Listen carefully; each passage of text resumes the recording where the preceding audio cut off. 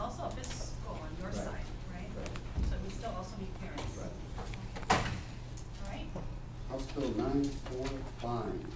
Yes. On this one,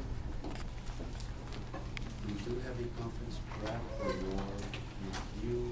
Yes, I have copies here that your office gave to us to consider. This one essentially we're saying, no, don't see it. As you can see, I think we are in agreement that when we passed out the last year and we incorporated both days and instructional hours, obviously good intentions, in light of the current situation we are in. I know the Senate originally had proposed just deferring the implementation, not of the days, that remains the same, but of the instructional hours for a few years. We had proposed that what we should do then is, at least to show that we want movement in the right direction, that we would say 50% of the elementary schools, excluding multi-track schools, shall reach the target, the initial target of 915 instructional hours. And then in the second year, 2 years from now, 100% of the elementary schools. And in the meantime, the Department of Education this coming September will provide a report to the legislature further clarifying the challenges and definitions and clarification of instructional hours. Because as we all know, not just at secondary schools, including elementary schools, but particularly at the secondary level, the definition of what constitutes an instructional hour is not crystal clear. That's right, in the current measure. So we'd like the department to come forward, and then so before next session, we can then decide on the secondary schools what should be the schedule in which they shall implement increasing their instructional hours.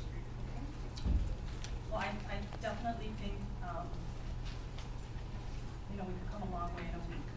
And, I know we've had many discussions, and I really appreciate what you've put forward in this draft in terms of making, I think, a good faith effort into complying with that 167 without being impossible to achieve for some schools. And I do appreciate that we also have in here an exemption for our multi-track public schools. Charter schools. Charter schools.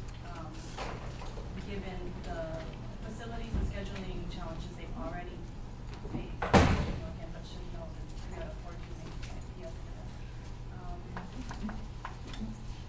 This looks pretty good to me, Chair. Yeah, there's one typo on page 2, line 4, but these are just substantive, non-substantive things, so we'll do that up.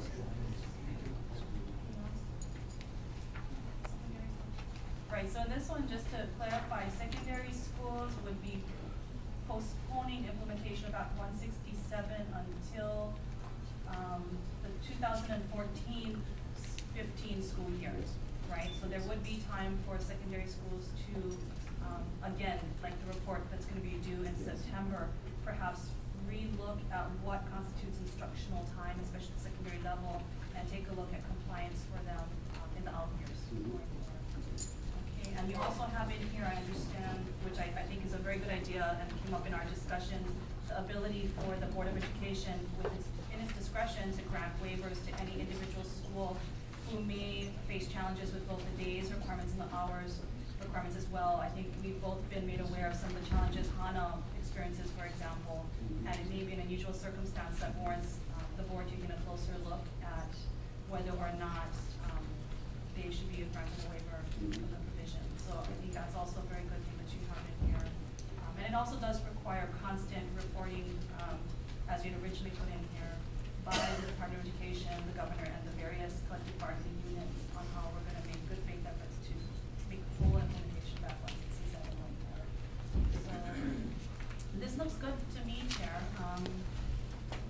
So on this one, I know, my understanding is we do go ahead on finance. We have clearance from Ways and Means as well. And on our side, the conference, we're ready to go. I have my numbers here. You got that?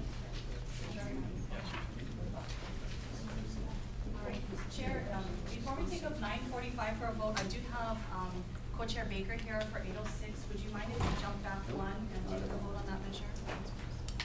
Okay. Members, we're gonna be going back to Senate Bill 806. This is the Hawaii Teacher Standards Board measure. We are moving to, pass this with a CD1. And this is the 28th. This is right now 2:15 p.m. Chair, may I take a vote? Sure. All right, again, this is to pass SB 806, SD1, HD2 with the CD1. Myself as chair, I vote aye. Co-Chair Baker. Aye. Manager Snow. Aye. Thank you. For the House side, Chair Takumi. Co-Chair Lee. Aye. Manager Malati. Aye. And Manager Ito is excused. Manager Lee. Aye. Manager Johansson. Aye. Okay, with the unanimous vote of those present, we have a bill.